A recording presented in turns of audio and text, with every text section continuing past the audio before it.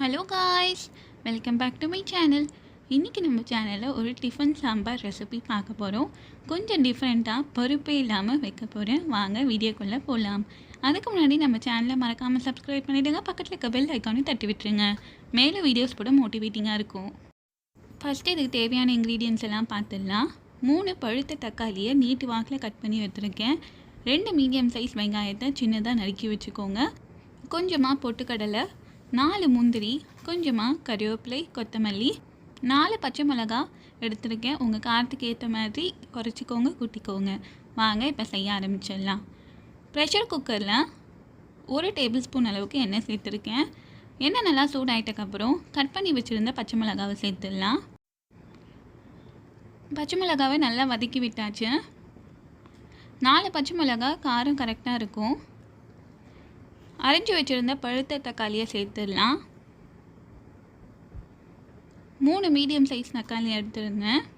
சேர்த்துட்டு அந்த எண்ணெயிலே நல்லா வதக்கி விட்டுடுங்க. தக்காளியிலேருந்து தண்ணி வர வரைக்கும் நல்லா வதக்கி விடுங்க. இப்போ தண்ணி சேர்த்துக்கலாம். 1 கிளாஸ் அளவுக்கு தண்ணி சேர்த்துக்க போகிறேன். தண்ணி சேர்த்துட்டு லிட் போட்டு க்ளோஸ் பண்ணிவிட்டு கரெக்டாக 4 விசில் விட்டு எடுத்துடலாம். 4 விசில் வந்தாச்சு. ப்ரெஷரும் குறைஞ்சாச்சு. தக்காளியும் பச்சை மிளகாவும் நல்லா வெந்திருக்கு. இதை தண்ணியெல்லாம் இழுத்துட்டு நல்லா ட்ரைன் பண்ணிவிட்டு தக்காளி பச்சை மிளகாவை மிக்ஸி ஜாரில் சேர்த்துடலாம். இதை பாருங்கள், எல்லாத்தையும் சேர்த்தாச்சு. இது கூட 4 முந்திரி, 1 டேபிள் ஸ்பூன் அளவுக்கு பொட்டுக்கடலை சேர்த்துட்டு இதை நல்ல மைய பேஸ்ட்டாக அரைச்சி எடுத்துகிட்டு வர போகிறேன். பாருங்கள், இந்த அளவுக்கு பேஸ்ட்டாக அரைச்சி எடுத்துகிட்டு வந்தாச்சு. இப்போ பேஸ்ட் ரெடி ஆகிடுச்சு. செய்ய ஆரம்பிச்சிடலாம். கேஸ் ஸ்டவ்வில் ஒரு நான்ஸ்டிக் கடாய் வச்சுருக்கேன். கடாய் சூடாயிட்டக்கப்புறம் 1 டேபிள் ஸ்பூன் அளவுக்கு எண்ணெய், ரீஃபைண்ட் ஆயில் சேர்த்துருக்கேன். எண்ணெய் நல்லா சூடாயிட்டக்கப்புறம் 1 டீஸ்பூன் அளவுக்கு கடுகு, உளுத்தம்பருப்பு, கொஞ்சமாக பெருங்காயத்தூள், 1 கைப்பிடி அளவுக்கு கருவேப்பிலையை சேர்த்துக்கலாம். கருவேப்பிலை நல்லா பொரியட்டும். அரைஞ்சி வச்சுருந்த 2 மீடியம் சைஸ் வெங்காயத்தை சேர்த்துட்டு நல்லா வதக்கி விட போகிறோம். வெங்காயம் கண்ணாடி பதம் வர வரைக்கும் நல்லா வதக்கி விட்டுடலாம். வெங்காயம் நல்லா வதக்கியாச்சு. ஒரு 1/4 டீஸ்பூன் அளவுக்கு மஞ்சள் தூள் சேர்த்துட்டு அதோட பச்சை வாசனை போகிற வரைக்கும் வதக்கி விட்டுருங்க. மிளகாய் தூள் தேவையில்லை, ஏன்னா நம்ம பச்சை மிளகாய் வேக வச்சு அரைச்சி வச்சுருந்தோம். அதுவே கரெக்டாக இருக்கும்.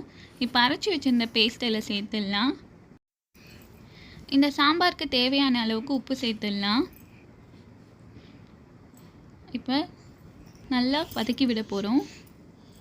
ஆல்ரெடி தக்காளியும் பச்சை மிளகாவும் நம்ம வதக்கிறது தான். ஜாரில் இருக்கிற கொஞ்சம் பேஸ்ட்டையும் தண்ணி சேர்த்துடலாம். வேக வைக்கிறதுக்காக யூஸ் பண்ண தண்ணியும் இப்போ சேர்த்துடலாம். சேர்த்துட்டு நல்லா கலந்து விட்டுடலாம் ஒரு முறை. இப்போ லிட் போட்டு க்ளோஸ் பண்ணிவிட்டு தொடர்ந்து 4 நிமிஷம் லோ ஃப்ளேமில் விட்டு எடுத்துடலாம். 4 நிமிஷம் ஆயிடுச்சு. எண்ணெய்லாம் நல்லா பிரிஞ்சு வந்துடுச்சு பாருங்கள். ஃபினிஷிங் டச் கொஞ்சமாக கொத்தமல்லி சேர்த்துட்டு கேஸ் ஆஃப் பண்ணிடலாம். ரொம்பவே சுவையான ரோட் ஸ்டைலில் கொடுக்கக்கூடிய டிஃபன் சாம்பார் ரெடி ஆகிடுச்சு. நீங்களும் இதை செஞ்சு பாருங்கள். செஞ்சு பார்த்துட்டு உங்கள் கமெண்ட் சொல்லுங்கள். இந்த வீடியோ பிடிச்சிருந்தால் மறக்காமல் நம்ம சேனலை சப்ஸ்கிரைப் பண்ணிவிடுங்க. தேங்க்ஸ் ஃபார் வாட்சிங்.